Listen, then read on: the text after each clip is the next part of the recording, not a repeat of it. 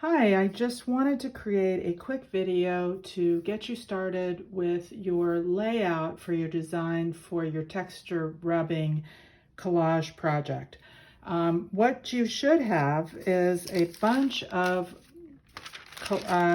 rubbings that you've created from different things. This was from a basket, this was from a lamp, this was from the burner on top of my stove. This is a straw basket. I don't really remember what this was. And then this was from a colander that my grandmother owned. So I have these things and I'm just looking at them, trying to decide what do they make me, what can I see in this? Can I create a composition by pulling some of these together? And I'm just, I see all sorts of things. This reminds me of a bird. This reminds me of the head of a bird. This sort of looks like water. This sort of looks like a compass. This isn't making me, and I guess this is sort of watery looking. This sort of feels woodsy.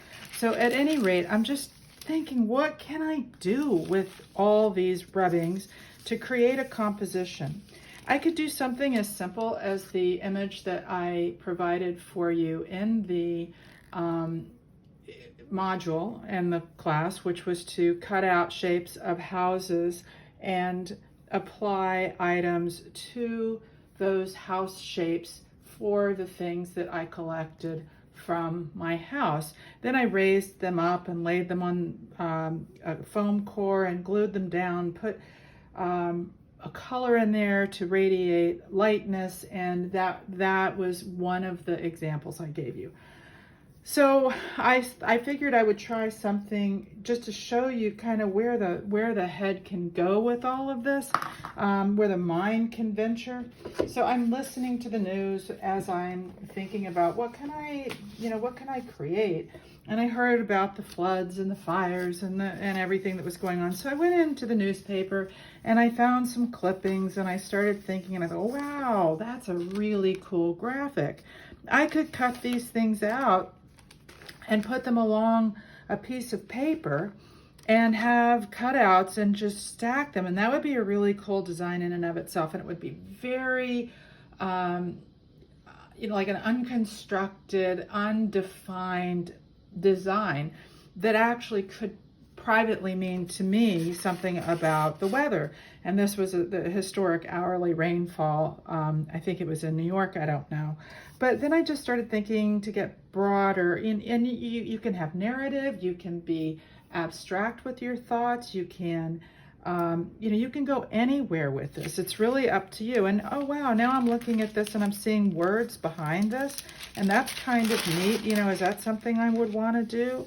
I'm not really quite sure. And then I thought, I did these sketches for a project of a group of paintings, and I wondered, what would it be like if I cut people and into my textural patterns and had them sort of floating into another space, maybe a magazine or a photo that I enlarge, or just simple black background. So I've got all this stuff and I'm just laying it out and I'm thinking, but I'm not sure where I'm going with this yet. And that's part of creating. The one thing I really don't like is having edges. So I think I'll just rip all these edges off while I think about what I might do with this design. And so what I've asked you to do is lay something out. It's not supposed to be finished, that you will put into the, you'll take a picture of kind of where you're going. And if you're really struggling, just take a picture of everything sort of lined up in one picture and write a few things, answer the questions that I gave you in the reading, and try to get your mind rolling with what you might do with your final project. But if you're really struggling, all you really need to do is lay it all out, take a picture, talk about where you're going, and the class will critique what you've put up there. They will come up with thoughts, ideas that you might be able to apply to your design.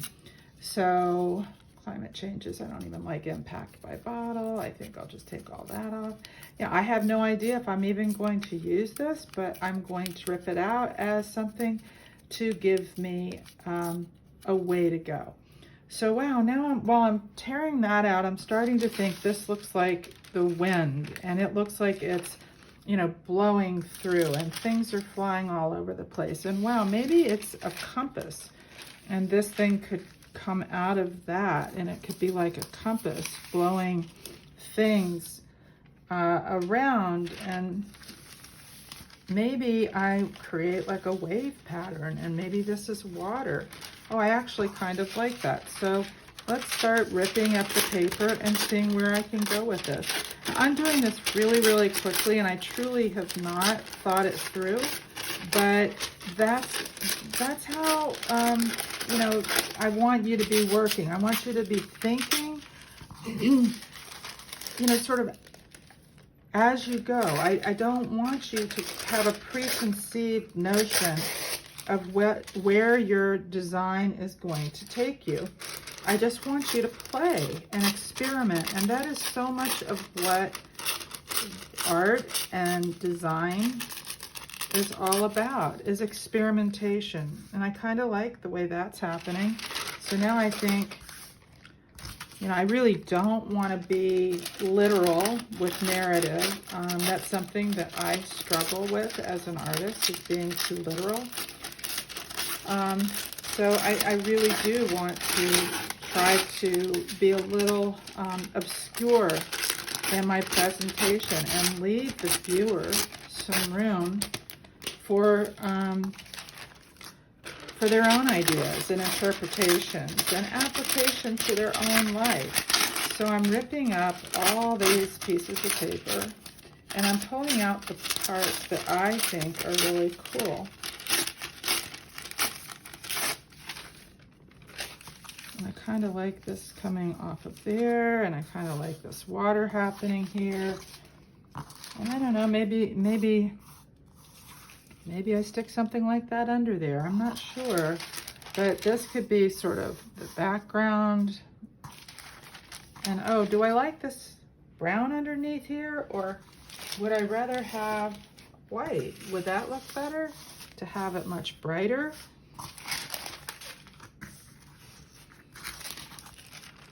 Yeah, let's get rid of the words. I think that's too literal. Maybe the rain is coming.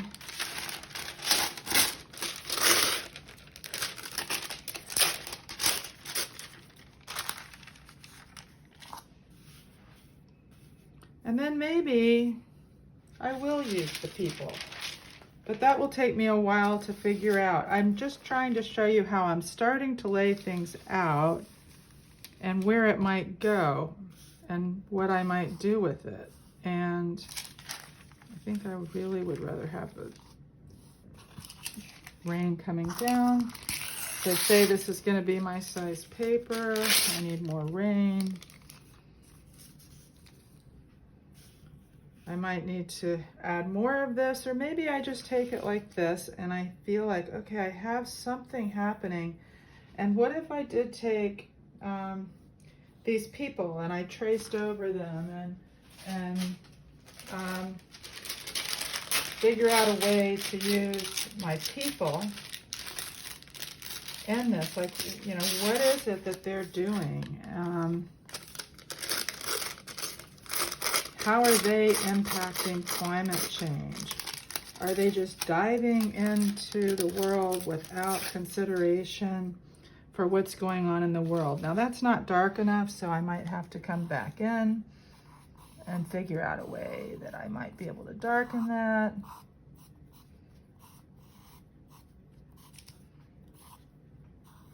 And maybe I think, oh gosh, that really should be like totally a silhouette that I could add in.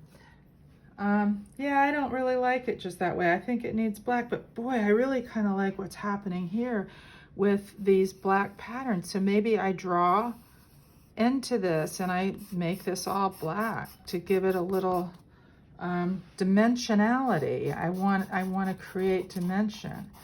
And what does that do? And so anyway, I'm not going to finish this during this video. I'm trying to show you how you can push and pull and think things through. And then the other thing I had mentioned is if you wanted to do a pattern, you see something you like, I could literally cut out these things and have elements glued onto the paper that would create this pattern, and it would be a beautiful design. And that's a rhythm of nature in a way, translated into human form, and that's really cool too. So I'm just trying to give you a quick video to show you how you can take your work and start working with it and pushing it and pulling it and developing it on your own, you know. And just because you've run out of your pattern doesn't mean you can't start drawing things in. And I encourage you to think about color and what colors work best with the rubbings that you've got. You know, maybe you decide you don't like white at all, and you take that and you lift it up and you just drop everything on here, and it might turn into something totally different. You know, maybe, you know, you just look at it and it takes on a whole new form. But what I want you to do is really think through where the composition is going, and then I want you to apply your own marks and your own lines to create dimension, direction. Think about what you read about in the first reading and the second reading, and how can you apply those concepts to this project.